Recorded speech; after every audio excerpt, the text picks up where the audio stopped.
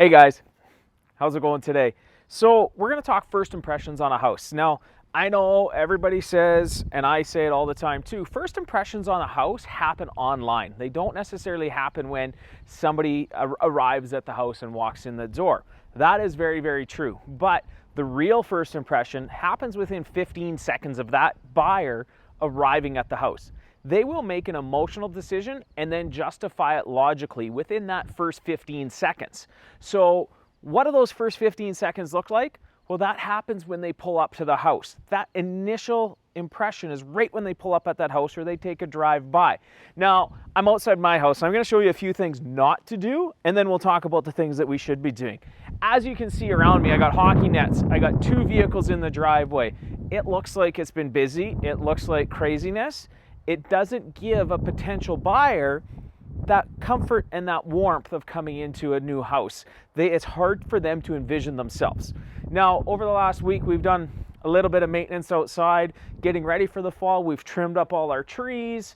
Our hedges have all been trimmed back. So when we get ready in the spring, they are all ready to go. They're going to grow themselves out a little bit, and they're going to look great. But that impression of having those shrubs and having those trees nicely pruned coming up to the front door makes for a welcoming impression. It really, really does help give that potential buyer the sense of coming home and that sense of comfort coming into the house. Now, when you go into the house,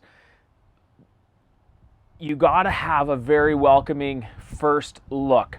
Now, whether that's big bright windows in the back, whether that's an open space, a living room, every house is a little different, but we want to make sure there's tons of natural light.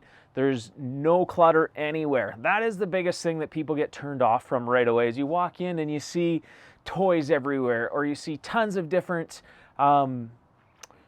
knick-knack stuff all over the house. It just absolutely makes big spaces feel incredibly small all the time. So number one thing inside the house is declutter the house. When you think you've decluttered it, start over and do it again.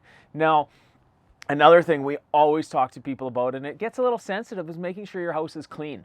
Everybody thinks they have a clean house, but is it a show home ready clean? Probably not. You want to hire the professionals. You want to make sure you have somebody around that's going to be able to keep your house clean for every showing, because you never know who that perfect buyer is going to be. But those first impressions are critical, because whether it's a smell, whether it's animals taking away all their toys and all the litter box or dog beds, anything like that, there's so many different things that will affect somebody's senses when it comes to your house. So you want to make sure everything is perfect. You want it to be as clean and as ready as possible. I mean, we have kids, lots of toys all over the place. Before every showing, we're going to make sure everything's tucked away. It all has a spot to go, whether it's just all into a cabinet or a closet. I mean, if there's a closet full of toys, people are going to understand that more so than having a room full of toys everywhere. That just doesn't work very well.